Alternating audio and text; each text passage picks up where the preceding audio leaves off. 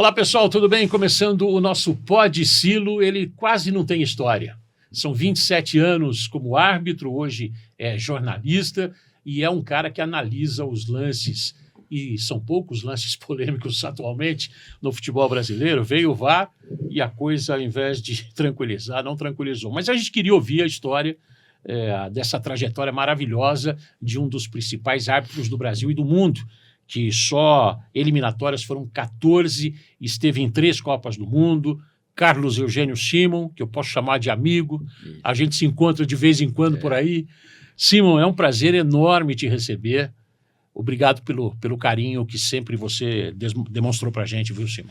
Obrigado, Nivaldo. Eu sempre te admirei também, trabalhamos anos juntos, você na beira do campo, não é? Por várias emissoras, e sempre tive um respeito muito grande pelo profissional que tu é, e evidentemente que para mim é um orgulho também ser teu amigo, e nós nos encontrávamos, eu disse, olha, quando estiver em São Paulo eu faço questão de estar contigo nesse programa, e aconteceu, de eu estar essa semana aí, 2 semanas aqui em São Paulo, e aí vamos bater esse papo aí. E eu peguei o teu último apito. Como é que é a emoção de dar o último apito que foi naquele jogo Guarani e Fluminense, lá no Rio de Janeiro? Foi no dia... Que acabou decidindo o campeonato. Decidiu o campeonato. Foi no dia 5 de dezembro de 2010. O Fluminense ganhou de 1-0, o gol do Sheik. E ali, do Guarani, e foi campeão brasileiro. Eu já estava me preparando o ano todo, na verdade. Naquela temporada eu apitei mais de 30 jogos pelos campeonatos da CBF, e em cada cidade que eu ia eu me despedia, porque a FIFA tinha estipulado que o árbitro deveria encerrar a carreira aos 45 anos de idade. Hoje não é mais assim. Hoje não é mais assim. Depois, em 2013 para 2014, ela reviu essa decisão, e tanto é que hoje tem inclusive técnico aí querendo encerrar, dirigente querendo encerrar a carreira de árbitro, né? Mas enfim, evidentemente que nós vamos falar sobre isso. E aí, então, eu ia em cada cidade, foram 27 anos de apito, 1.198 jogos, eu tinha voltado da Copa do Mundo, e eu encerrei em 2010 a carreira, e eu posso dizer que saí por cima, porque eu trabalhei em 3 finais daquele ano. Foi a final do Brasileirão, que foi essa, foi a final da Copa do Brasil, lá em Salvador, no Barradão, Vitória e Santos, e a final da Copa Sul-Americana, e a final da Recopa, que foi Estudiantes da Argentina e LDU. Ou seja, 3 finais. Tinham 5 e eu poderia ter trabalhado nas 5. Eu só não trabalhei porque tinha equipes brasileiras envolvidas. Na Copa Sul-Americana foi o Independente de Goiás, e na Libertadores da América a final foi Internacional e Chivas. O árbitro, quando chega numa situação dessa, ele torce, entre aspas, para que o time brasileiro, por exemplo, a Copa do Mundo, você vai apitar uma final de Copa do Mundo se o Brasil não estiver envolvido. E esses campeonatos também estão assim. Como é que é a posição do árbitro? Você chega a ficar de olho e fala, pô, podia dar aquele outro time, não o time brasileiro. Mas não, eu nunca fiz isso porque não é garantia de que você vai apitar. Né? Eu apitei em 2002 a Copa do Mundo, para nós ficar na Copa do Mundo, o Brasil foi campeão. 2006 não foi, eu não fui para a final. E 2010, o Brasil também não foi, e aí era eu, Altemir Hausmann e Roberto Bratz, era o melhor trio da Copa, e nós estávamos cotados para a final. Mas aí, enfim, a final não é só uma questão técnica também, tem uma série de outras situações para um cara trabalhar numa final de Copa do Mundo. Quais as situações? Política, né? Quando o Arnaldo César Coelho apitou a final, o Arnaldo foi um grande árbitro de futebol, o presidente da comissão, o presidente da FIFA era o João Avelange, o presidente da comissão de arbitragem era o Abílio de Almeida. Então, uma força enorme, né? E aí, então faltou, 2010 nós poderíamos ter trabalhado na semi ou na final, mas enfim, não foi. Então, por isso que não adianta tu ficar querendo torcer, vai dar isso, vai dar aquilo, não vai. Eu acho que não, tu tem que deixar acontecer, né? Deixar acontecer e evidentemente que se tiver escalado, dá o melhor. Mas eu também não tenho, né, nada do que me arrepender, trabalhei em grandes finais de campeonatos, aí eu estava te dizendo, imagina você encerrar a carreira com finais de 5 competições no nosso continente. E 2 eu não trabalhei porque tinha equipes envolvidas. E as outras 3 eu trabalhei. Então, eu encerrei a carreira, como eu costumava dizer, né, no linguajar gaudério, na ponta dos cascos. Então, mas foi uma carreira bonita, uma carreira em que é muito sacrifício, muita dedicação, muito apoio, sobretudo da família, amigos, não é? E árbitros assistentes. E então... foram esses 27 anos aí, eu não tenho nada do que me arrepender. E você colocou 2010, e eu queria entrar nessa questão política, e até jogando para hoje. O Brasil hoje não é forte politicamente, né, nas esferas esportivas, porque se a gente observar a conduta e o que aconteceu com os últimos presidentes da Confederação Brasileira de Futebol, hoje a gente tem um prestígio muito arranhado. Como é que você avalia isso, Simon? Não, muito, muito arranhado. E esse país já foi o país do futebol. Há muito tempo que não é mais. Hoje, o Campeonato Brasileiro é a 4ª ou 5ª competição no mundo. Né? Na minha opinião, o melhor campeonato do mundo, o futebol, é a Premier League. O campeonato da Inglaterra é extraordinário. Depois tem o campeonato espanhol, depois tem o campeonato italiano, o alemão, né? Enfim, o francês. E o próprio campeonato brasileiro tem um grau de dificuldade, mas não é mais. O nível técnico caiu muito. Por quê? Muito. Cada vez mais eles vendem jogadores, cada vez mais jogadores mais jovens, né? Nós estamos vendo aí 16, 17, 18 anos. Antigamente era a partir dos 20 que vendia. Agora não, o cara pintou aqui o futebol europeu que tem o dinheiro, né? E o futebol árabe agora. Tem olheiros em toda a América e estão sempre de olho, atento aqui para o futebol brasileiro. E aí os craques começam a sair muito cedo.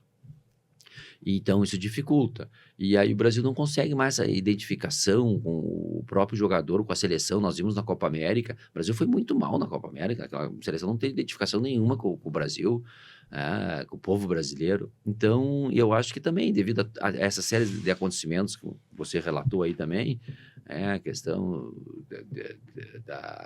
dos dirigentes sul-americanos, enfim, que foram envolvidos, né, naquela confusão toda que deu aí, e isso aí desgastou muito o nosso futebol. Então, o futebol brasileiro não tem mais aquela força, concordo contigo, e tá difícil de ganhar uma competição internacional.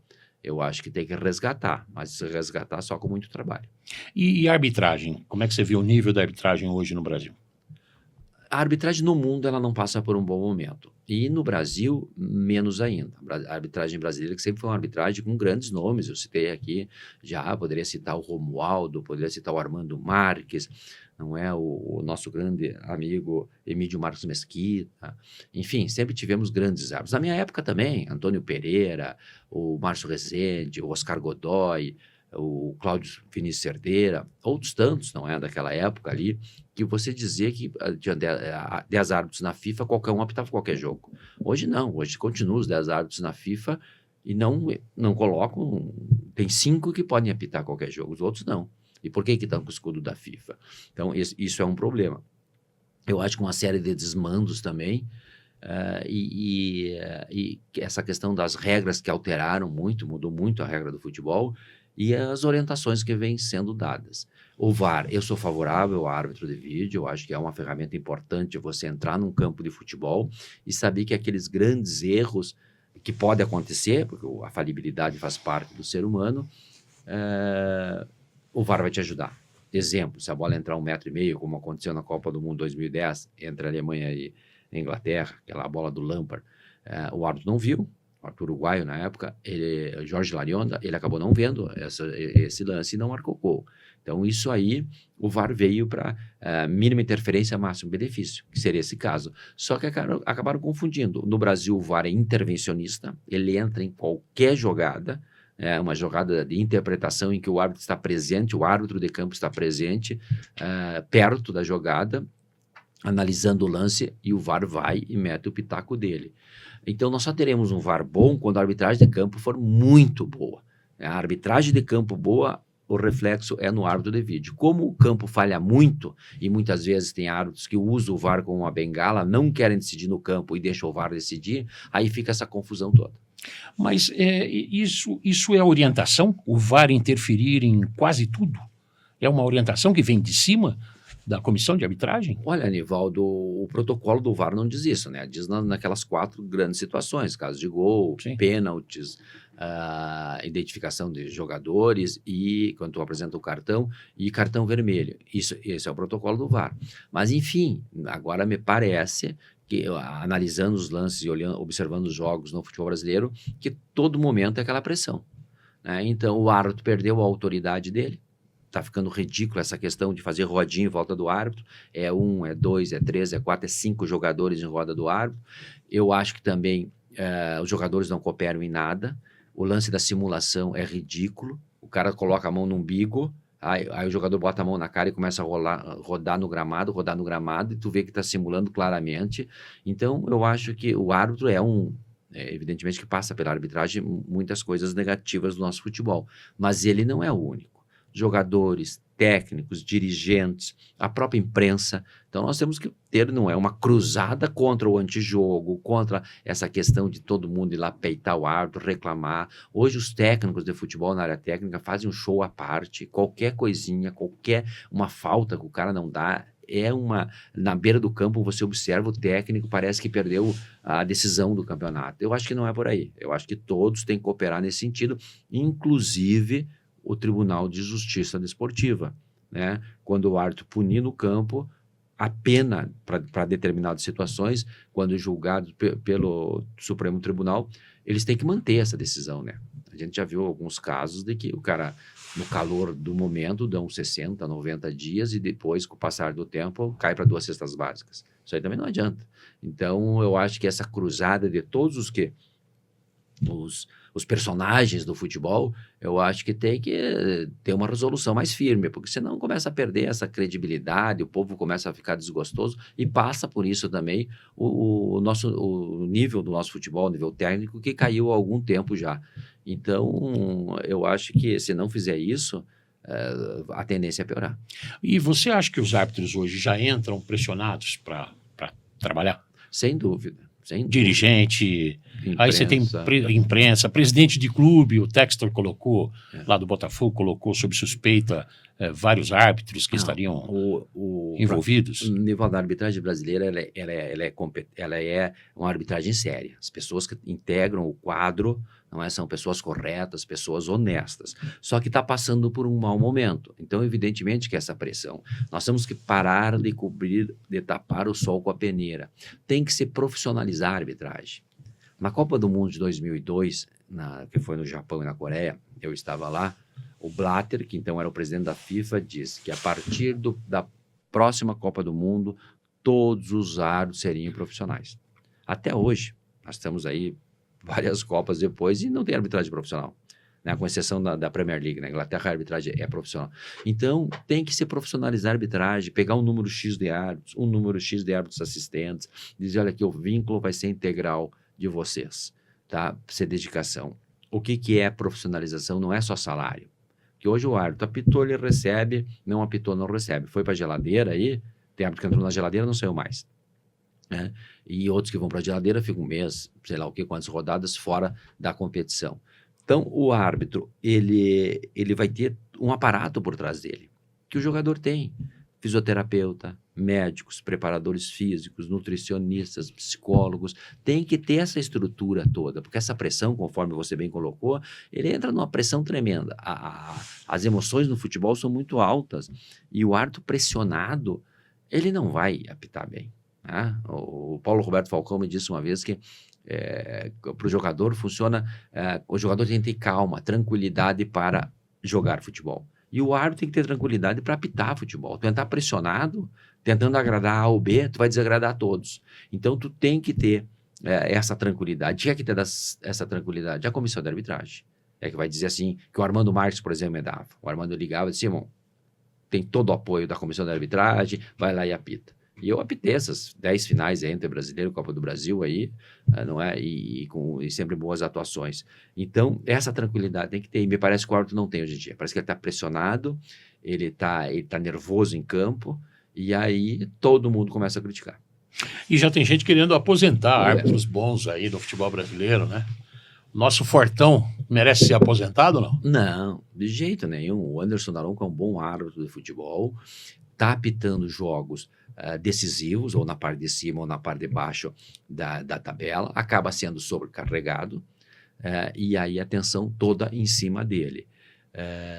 Eu acho que a comissão teria que chamá-lo, conversar com ele, dar, evidentemente, jogos para ele, falam do condicionamento físico. Ele passou nos testes físicos, tem testes rigorosos da FIFA.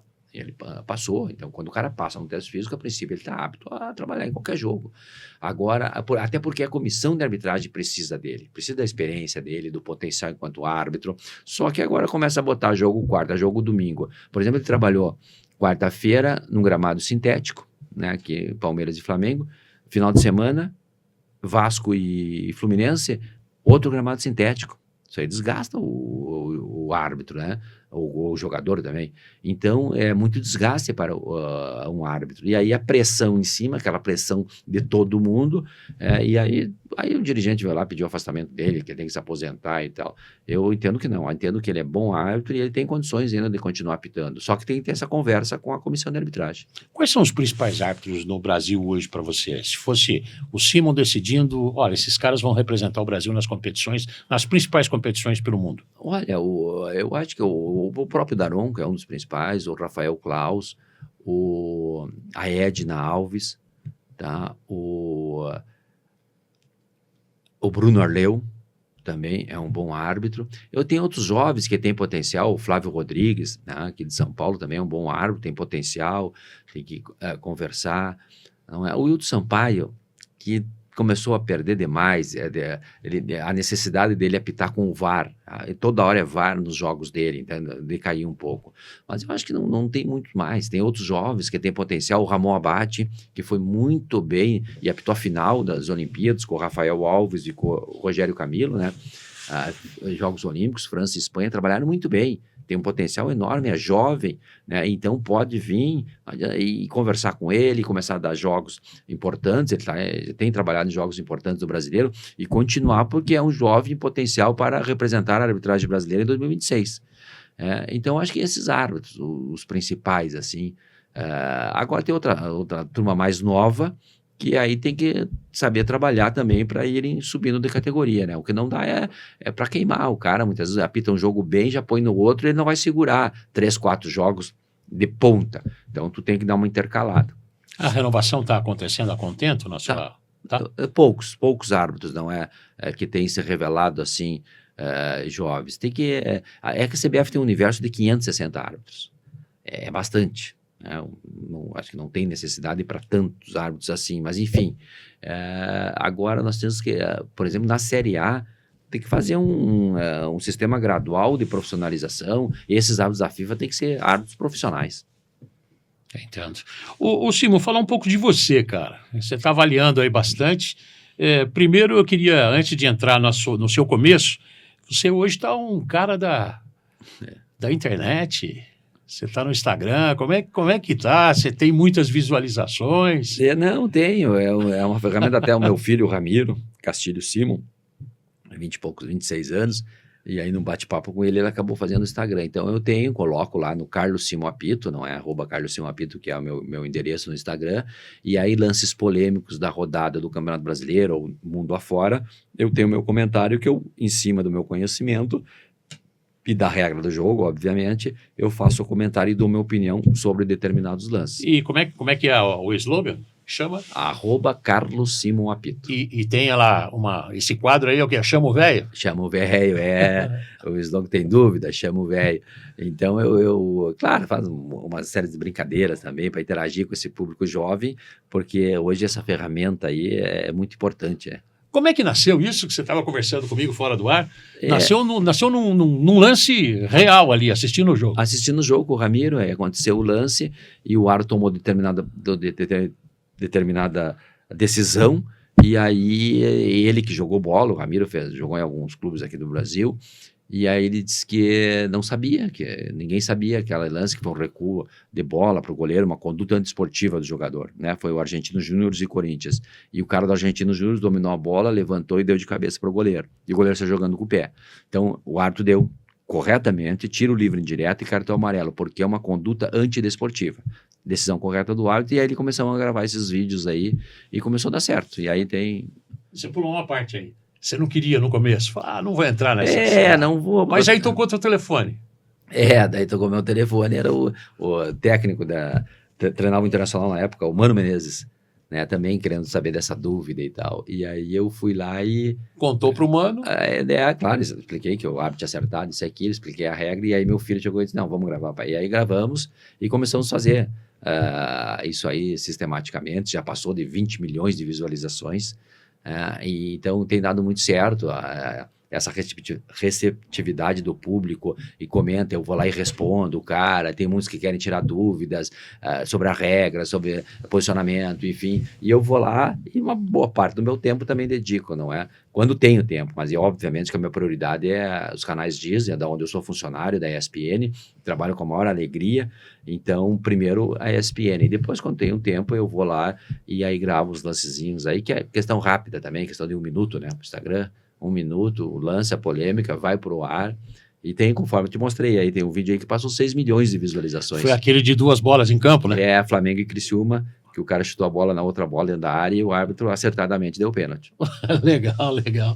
Pô, bacana isso, bacana ver essa trajetória sua digital, e eu queria aproveitar, inclusive, aqui e agradecer o Luciano Borges, que a gente fez contato lá na ESPN, para que pudesse trazer o amigo Simon aqui para o nosso Pod-Silo. O Pose também, né? O Pose também, sim. Porque além do Luciano, é o chefe, né? É o chefe. O Pose, né? O Pose é o chefe. O Pose. Aí conversamos, né? É aquela história digital também, né? Vamos lá, manda um zap, o Pose liberou, o Luciano também, você está aqui. Você nasceu numa cidade pequenininha de cerca de 5 mil habitantes. 5 mil habitantes. Quem é o cara mais famoso da cidade? Não, eu nasci lá, uma cidade que fica noroeste do Rio Grande do Sul. Braga, são 600 quilômetros de Porto Alegre. Caramba.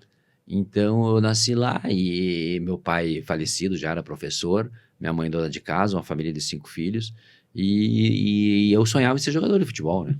Qualquer guri que nasce no interior do estado, qualquer menino que nasce nesse país afora, sonha em ser jogador. E era meu grande sonho. E aí depois fui morando em outras cidades, um pouquinho maior, 3 Passos, aí Passo Fundo e depois Porto Alegre. E não consegui ser jogador, mas fui pro lado da arbitragem e acabou dando certo. Como é que foi essa transformação? Aí eu jogava bola, né? Só para o nosso ouvinte aqui, para ter uma noção de que eu não era nenhum perna de pau. Eu, com 12 anos de idade, em 1978, eu ganhei um refrigerante, organizou uma competição e eu fui eleito o melhor jogador do Rio Grande do Sul, com 12 anos de idade.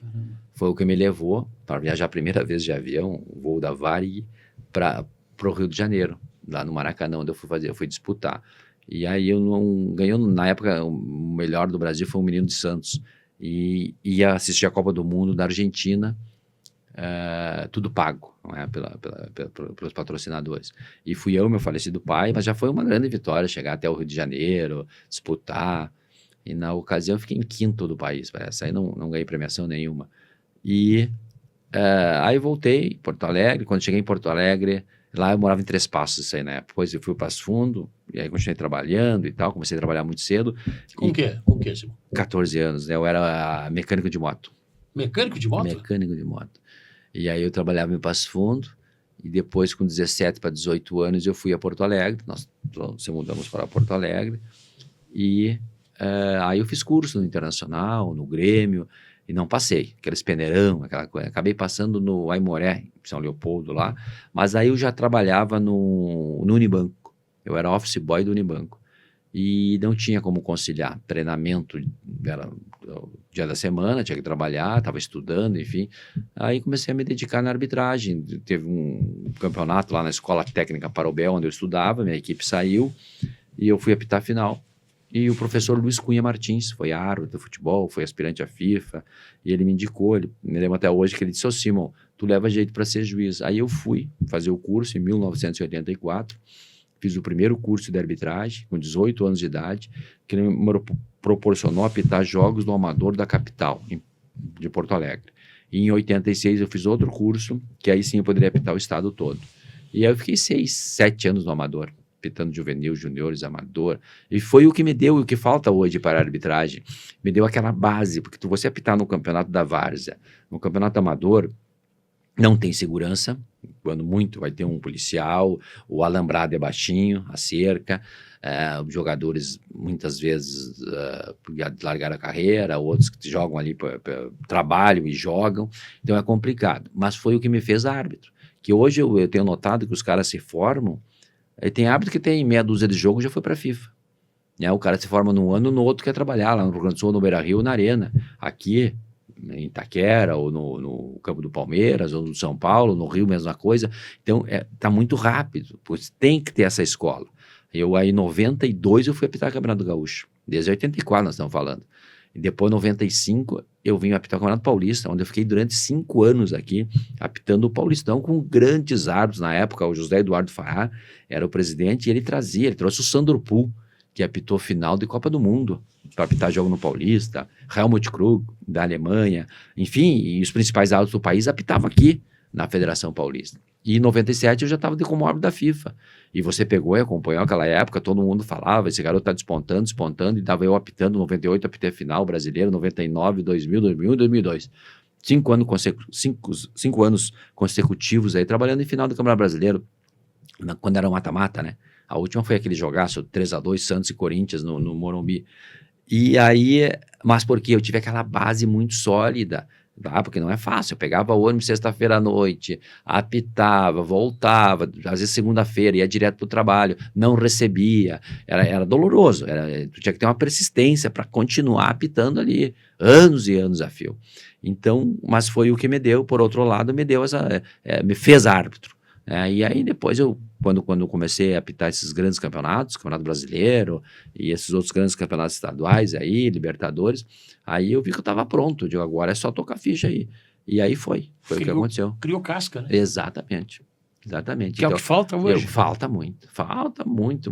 Tem exemplos aí de que 2 anos os caras já estão no... De repente não precisa ficar tanto tempo como eu fiquei, 6, 7 anos, sabe? Dá para acelerar um pouco, mas não tanto. Não tanto de árbitro que tá apitando futebol há 2 anos e foi para a FIFA. Sabe? Eu nem imaginava ir para a FIFA, eu imaginava apitar. Meu sonho era apitar um Grenal, apitei 20. Mas quando eu entrei lá, eu disse, o dia se eu puder apitar um Grenal. E acabei apitando 20 Grenais e outras tantas finais, né? Então, para te ver como era bem diferente. Hoje o cara já tá aí despontando, já põe o escudo da FIFA no peito, e aí falta essa base. Muitas situações que você aprendeu lá na base, e evidentemente que vai se adequando, não é, com a regra, sempre estudando a regra, ouvindo os mais experientes. Tem jovens aí que você pensa que fala com o cara acha que começou a arbitragem com ele. Não tem como. Um cara desse aí tinha que ouvir uma palestra do Emílio Marques Mesquita, que foi o maior instrutor de arbitragem com quem eu vi. Roberto Cococheia, Carlos Alarcon, Armando Marques. Enfim, esses caras sabiam muito. E o que custa? O Emílio tá aí, tu liga pro Emílio, vem aqui, vamos na Granja Comari, vamos bater um papo aí com esse pessoal, pros árbitros, ir lá com aquela didática dele, ensinar os caras. Não tem mais isso. Você acha que há um certo etarismo também com relação aos experientes da arbitragem em relação aos mais jovens? Cara, não sei bem se é isso, porque às vezes é soberba, às vezes sabe, tu não querer ouvir os outros. Eu, conforme, trazendo para minha história, eu quando comecei a apitar, eu tinha essa base do amador, eu começava a ouvir, era o Dom Bozano, o Carlos Martins, sabe, aqui em São Paulo, João Paulo Araújo, e assim tinha outros árbitros antigos, tu ouvia, conversava, eu digo, não, só um pouquinho. Esses caras sempre apitaram muito, esses caras eram bons de apito. Só que o que eu tenho que adequar? O futebol, se na Copa de 70 se corria 5 km, na última que eu fui em 2010, eu cheguei a correr 13 km, 600 metros. Então eu digo, não, vou ter que adequar o condicionamento físico. Então eu treinava muito, eu sempre estava na ponta dos cascos, em cima da jogada, apitando. Eu digo, não, isso com a experiência deles e estudando a regra. Então, eu acho importante isso aí. Importante sentar, ouvir histórias, contar, os caras te relatam vários acontecimentos, como é que era antigamente, isso e aquilo, e vai ouvindo. O que tu acha que dá para aproveitar, aproveita. O que não dá, não dá. E eu sinto que esses caras estão todos renegados aí fora. Estão fora de todo e qualquer encontro de árbitros, de seminários, de pré-temporadas, enfim. Estão fora, que é uma pena. Antes de continuar com a arbitragem, que moto você arrumava? Era mecânico de moto? Yamaha. Só as Yamaha? Só Yamaha, era motor 2 tempos. Era mais difícil, né? Com 2 carburador. Na época nós falávamos moto e Yamaha, o resto é Honda, né? Eu achei que fosse a CB. Sabe que era a CB 400? Que fez... Não, era TT, era 125, 180, 125, né? 180. Na época era isso aí. Pô, a TT, aquela que quando pintou, era a Essa, principal, né? Isso era. Até a 180, depois essa CB já era da Honda, a outra moto mais É assim. já mais dos 79, 80. Mas daí já era poucas que tinham também. Hoje abriu bastante, mas na época era aquelas TTzinhas, a RX. Como é que você aprendeu a arrumar moto? Eu precisava trabalhar. E aí eu entrei como auxiliar de mecânico. Né, lá em Passo Fundo, procurando emprego, entrei e fiquei lá. Daí, aí fui mecânico, fiz cursos e tal, e comecei a mexer em moto. E sabia, fazia motor, fazia aquela coisa toda lá. Hoje mexe, não? Não, hoje não mexe. Tem moto? Também não. Melhor não, né? Eu nunca, na verdade, nunca tive, né? Eu só fiquei lá depois. Claro que eu sei andar de moto e tal, para testar as motos, mas eu nunca quis comprar moto e tal. É perigoso. É perigoso mesmo. Você teve um livro que você falou sobre a rotina do árbitro. Isso. A rotina do árbitro é uma rotina, aquela que ninguém vê, né? É um trabalho, se não é silencioso, é bastante doloroso, né, Simão? Eu escrevi em 2004, a Unicinos, Universidade lá do Vale dos Sinos, me convidou, tinha uma coleção de livros para escrever sobre a rotina do árbitro. Então, o nome do livro é Na Diagonal do Campo. Até a edição está esgotada. E aí, ali eu comentava, não é sobre preparação física, sobre alimentação, sobre por que diagonal do campo, o trabalho dos assistentes, a linguagem da arbitragem, o porquê que surgiu. Por exemplo, agora, você fala muito no impedimento, só para ficar num caso. O impedimento, a regra número 11, ela tem que ser alterada. É inadmissível você anular um gol pela ponta da chuteira, pelo joelho, como foi anulado agora no final de semana. Enfim, toda rodada tem. O cara fala por um fio de cabelo. Tu não tem ganho técnico nenhum numa jogada dessas. Quando o impedimento foi criado, né, lá em 1875, ele era... porque os jogadores ficavam do lado do gol. Ficavam parados lá, a bola ia para ele e fazia gol. Aí depois, em 1925, teve a grande alteração do impedimento, que teria que ter no mínimo 2 jogadores, antes era só um, agora aí passou para 2. Depois, 90 mudou, a mesma linha, não era mais impedimento, e acabou mudando uma série de circunstâncias. Só que, como agora tem esse negócio do VAR, o cara tá com o bico da chuteira na frente, o cara vai lá no gol, não tem ganho técnico, isso é prejudicial ao futebol, isso vai contra o espírito da regra do jogo. Como deve ser a regra 11 para você? Tem essa proposta do Arsène Wenger, né, que é o técnico francês, de que a base serão os pés, tá? Só os pés aqui que tu vai medir os pés. Se eu tiver com o tronco à frente, que hoje não pode, né, de cabeça, o joelho à frente, a ponta do pé na frente, hoje só o que não conta são os braços. Mas se eu tiver com o tronco, qualquer possibilidade, parte do corpo que eu puder fazer gol, hoje será impedido. Com essa alteração não vai ser mais. Então, acho que estão demorando muito até para fazer essa alteração. Me parece muito boa, né, a base. Evidentemente, vai chegar numa circunstância que vai ter 1 centímetro um pé do outro ali, mas vai ser eventual. A maioria dos gols você dá com o tronco à frente, com o bico da chuteira, com o joelho, enfim, com o calcanhar, qualquer situação à frente. Então, acho que tem que ser alterada. Está em debate na FIFA, estão em testes, mas eu acho que tem que alterar esse mecanismo aí, porque é uma pena você ficar anulando o gol, né, por tão pouco. Então o livro foi para isso. Eu escrevi ele, né, e foi bom. Teve lá um número X de exemplares, 3.000 exemplares foram, né, foi a edição vendida, e foi muito bom para colocar um pouco da experiência. Claro que hoje já teria que atualizar ele, mas para a época foi muito bom. O Simo, como é que era o comportamento de jogadores e técnicos na sua época? É diferente de hoje? É diferente, bem diferente. Antigamente, por exemplo, o técnico não recebia cartão. Agora, há pouco tempo, começaram a comissão técnica a receber cartão. E tem uns aí que tem mais de 60 cartões. Né? Não tá fácil. Mas na minha época não tinha. Claro que tinha os jogadores, os técnicos que reclamavam. Quem eram os reclamões? O Filipão, o Luxemburgo, os principais técnicos do futebol brasileiro, um dos melhores, o Filipão, o Luxemburgo, o Geninho. Depois vem o Mano Menezes, o Tite, que continuam aí. O Hélio dos Anjos. Então tinha uns personagens assim que eles estavam sempre ali, reclamavam, protestos, mas o cara conversava, levava na boa e dificilmente expulsava.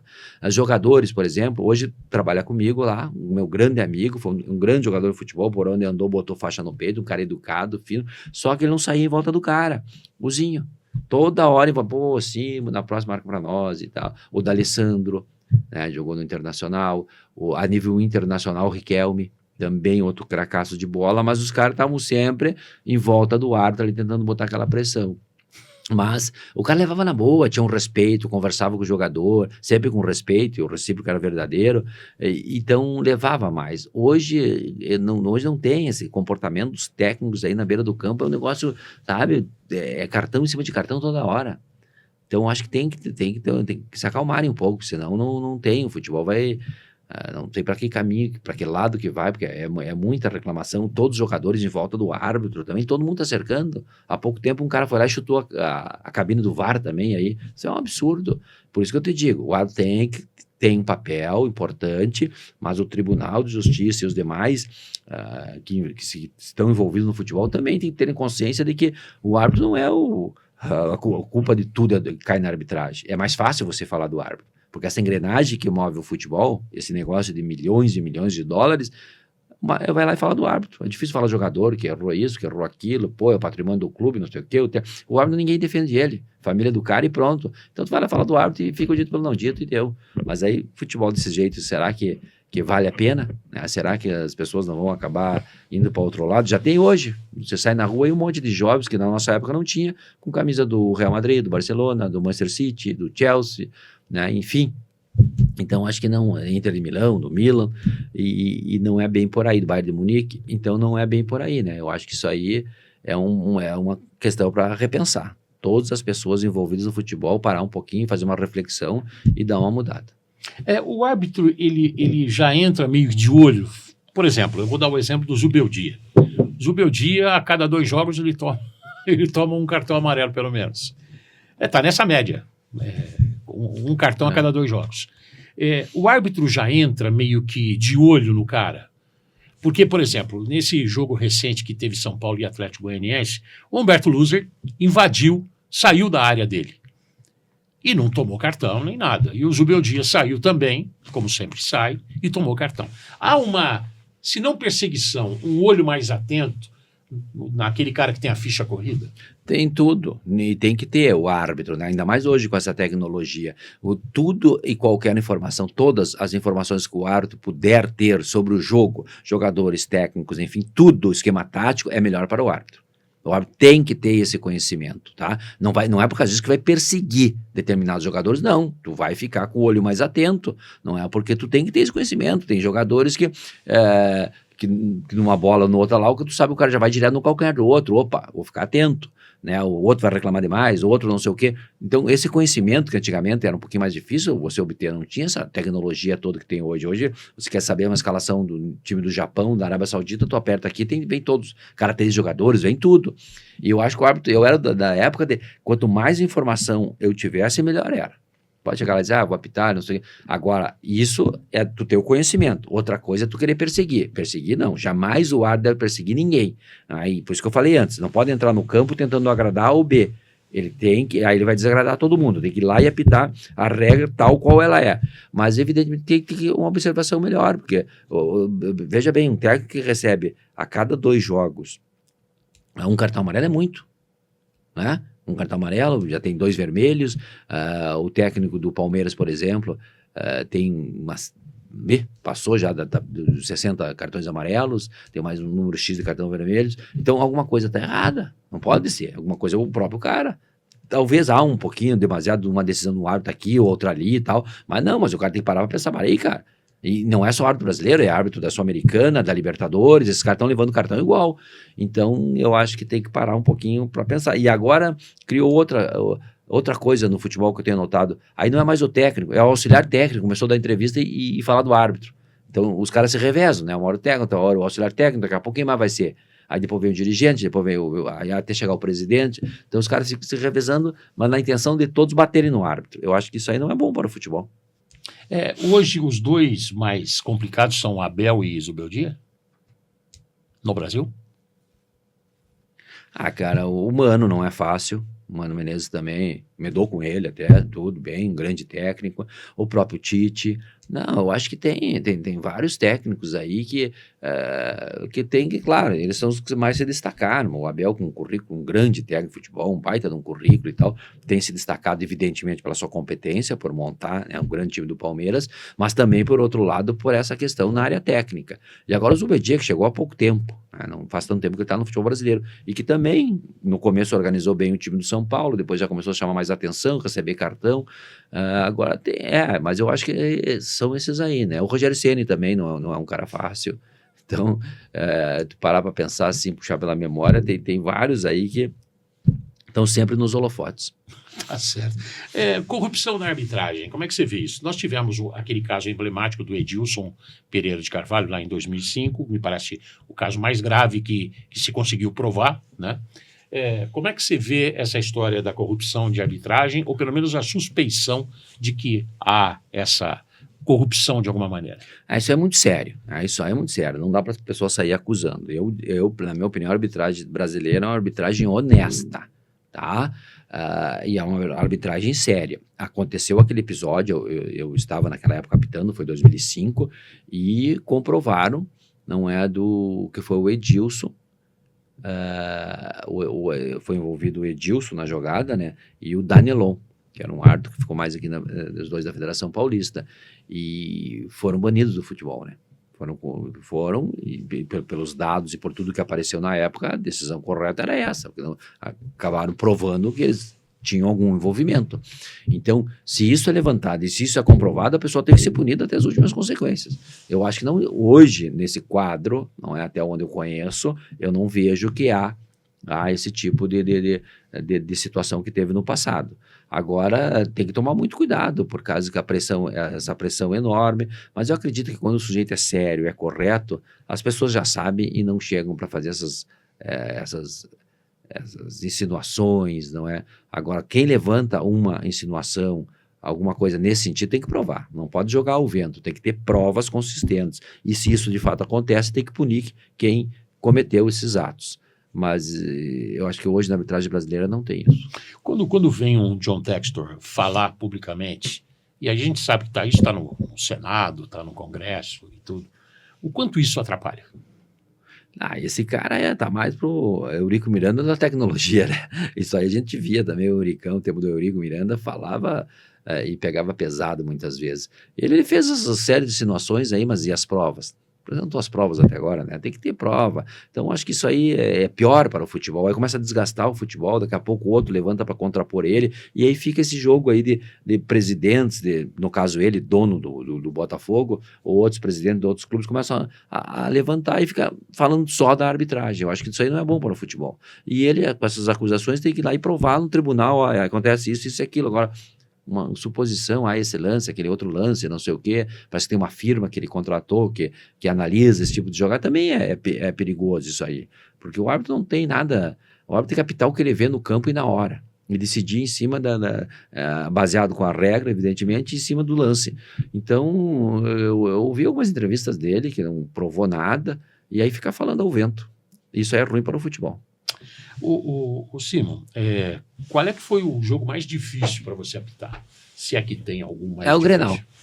O Grenal é mais difícil? Os Grenais é o mais difícil, porque lá no Rio Grande do Sul são praticamente dois times, a rivalidade é enorme. Então, quando você sai de casa, já a pressão pega dela, um porteiro do prédio, o cara já diz, olha o que tu vai fazer hoje aí.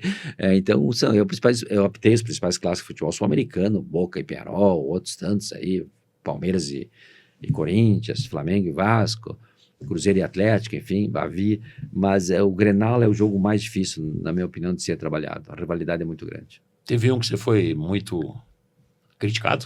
Teve um por um erro banal, bobo, lá de um recuo de bola, em que o Bolívar recuou para o Klemer na ocasião, e eu acabei não vendo, estava chamando a atenção de alguns jogadores, e acabei não vendo o recuo de bola e não dei.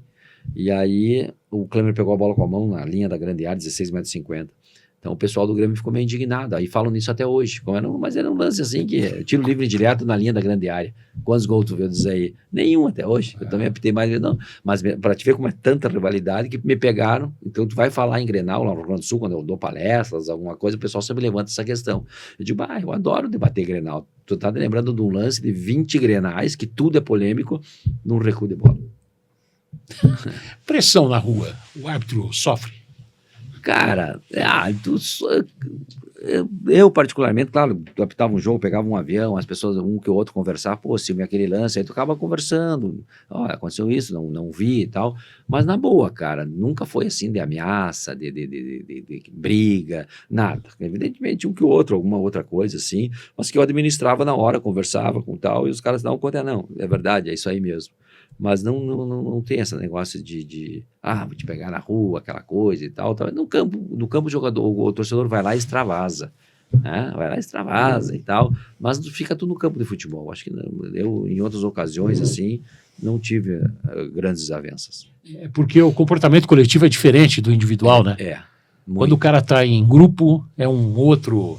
E aí mexe com a emoção, com paixão. Claro. Exatamente isso. Você teve polêmicas também, né? Sim. Porra, em 27 de carreira, não dá para não ter, né? Claro que não dá. Não dá. Tive a saída do Inter, o lance lá do Atlético Mineiro com o Botafogo, que eu acabei não vendo e não dando uma penalidade máxima, e era quartas de final da Copa do Brasil, e aí acabei não dando, e a repercussão foi enorme, né? Foi enorme e tal, a torcida do Galo ficou braba. E tu vê, eu apitei vários jogos do Atlético Mineiro, até uma ocasião eu estava escalado num jogo das eliminatórias, Uruguai e Argentina, me tiraram para apitar uma semifinal acho que foi semifinal de Atlético Mineiro e Santos no Mineirão, porque o Atlético queria que apitasse. A própria final de 99, Atlético e Corinthians aqui no Morumbi, que eu apitei também. Mas enfim, então a matemática é injusta da arbitragem. Você vai lá apitar 10 jogos, 9 tu foi bem, errou um, o cara vai se lembrar só do erro. Então, mas isso aí foi... Mas não foram muitos, foram algumas polêmicas e tal, mas pela quantidade de jogos e de decisões que eu apitava, ou eu apitava o cara ia ser campeão ou o time que ia cair. Era sempre jogo... Só pedreira, coisa boa não vinha. Não vinha. O saudoso Armando Marques que dizia, não, jogo fácil, até minha mãe apita. O grande, você conheceu bem o Armando, né? E ele dizia, então era só jogo, era pedreira, era quarta e domingo, jogo difícil. Quantos jogos você apitou? Foram 1.197. Quantos jogos você errou? Cara, então uma meia dúzia aí. Cara, uma matemática, um percentual... Baixa. E agora, nesse tempo, às vezes eu estou em casa, eu tenho lá com a minha esposa, e aí o apoio familiar é fundamental, né, no meu sucesso da minha carreira. Assim, eu sou casado com a minha mulher, tenho 4 filhos e 3 netos. E ela sempre me apoiou, então ela gravava naqueles VHS. Eu chegava no dia seguinte, fazia meu chimarrão, ia lá para o escritório, ficava olhando os jogos. Muitos eu já passei para DVD. E aí olhando, aqui eu tenho que aprender isso, eu tenho que aprender aquilo, por que eu errei esse lance, por que eu estava mal posicionado, e assim tu vai aprendendo, né, com teus erros e tal, e o posicionamento eu ficava olhando. E agora peguei uma série de jogos também, tá olhando os DVDs lá. Então, cada decisão, assim, difíceis de apitar, né, apitei 2 Copa América também, em 2001 na Colômbia, 2007 na Venezuela, cara, e umas decisões assim, ó, corretíssimas, sabe? Que tu fica feliz, ó, pô, que decisão correta eu apitei. Então eu ficava olhando aqueles jogos lá, e grandes jogos que eu apitei. Isso aí é bom de vez em quando rememorar, né?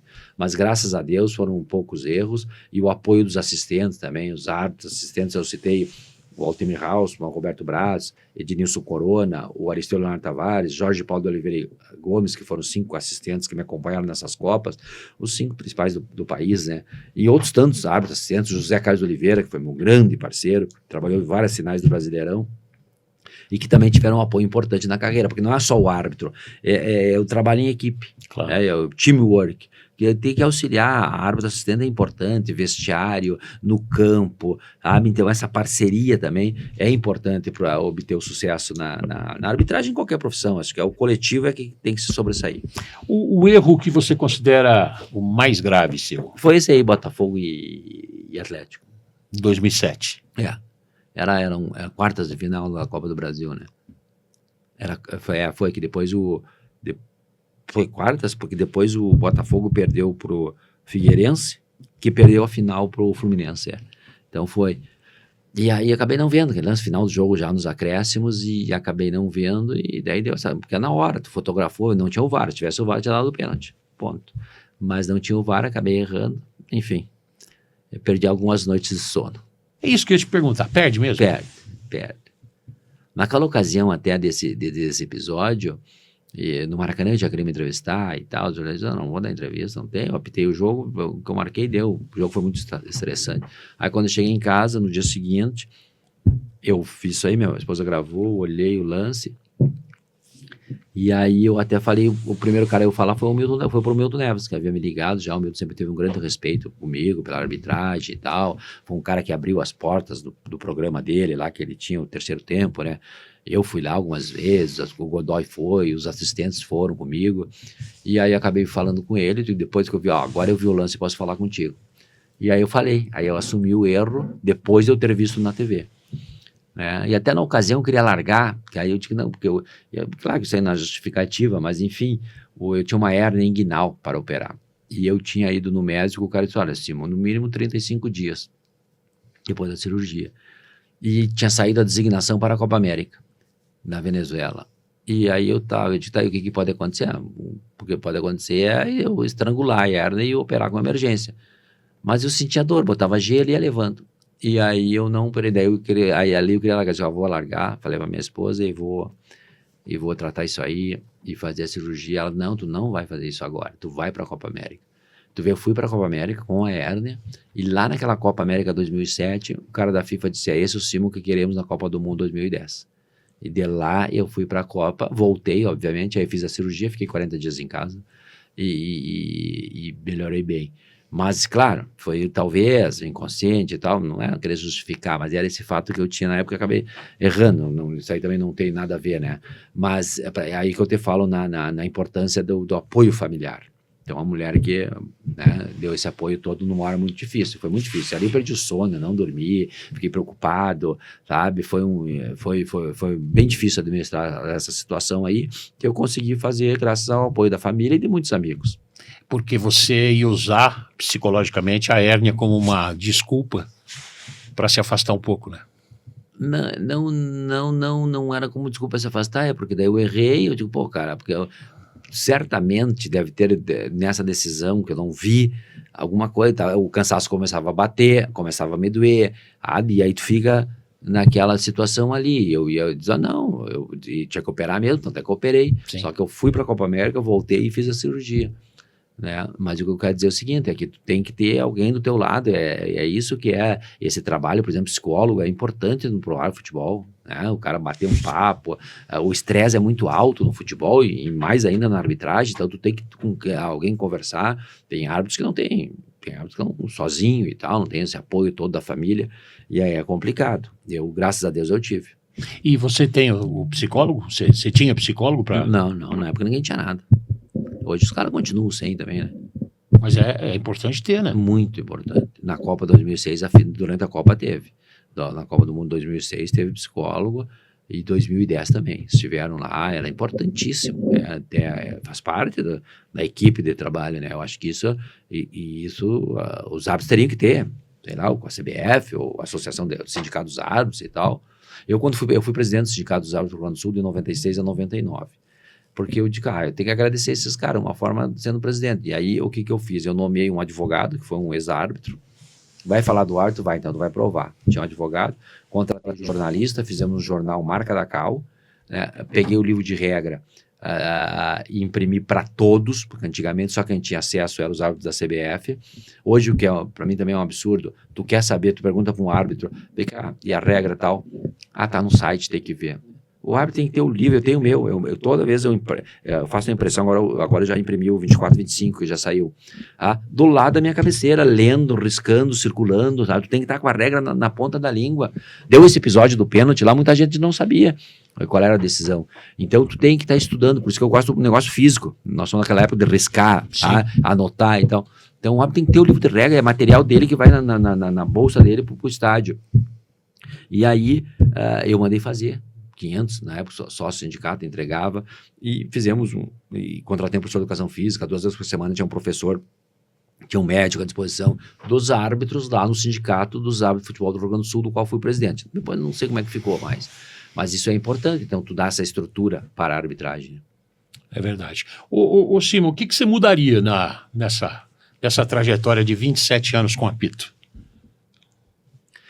Meu amigo, olha, eu vou te dizer, a minha carreira foi vitoriosa, uma carreira de sucesso, deixei grandes amigos, por onde quer que eu passava, eu tinha amigos, não é? Era o Fitinha, massagista lá da Federação Baiana, era o outro, o Tiãozinho lá no Rio de Janeiro, o outro em Belém do Pará, então grandes amigos, né, pessoas que eu convivi na arbitragem, sabe, árbitros experientes, que já, uns infelizmente não estão mais no meio de nós aí, como é o caso do Armando Marques, que para mim foi o maior presidente da comissão de arbitragem da CBF, mas cara, Não tem muito, não é? Eu, dentro das minhas possibilidades, eu fiz o que deu para fazer dentro da arbitragem, treinei muito, sozinho ou com companheiros, sabe? Estudei muito, me preparei muito.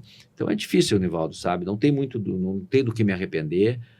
Eu, evidentemente, gostaria de ter apitado uma final da Copa do Mundo, não deu, não foi por minha causa. Em 2010, apitamos o jogo de maior risco da Copa, que era Inglaterra e Estados Unidos, e depois Alemanha e Gana, e ficamos lá, e o reconhecimento dos próprios companheiros árbitros, Oscar Ruiz, que é meu grande amigo, teve em 3 Copas comigo, foi um grande árbitro colombiano, dizendo, vocês estão muito bem, era um trio que estava muito preparado. Mas aí faltou uma outra questão para estar num jogo da final.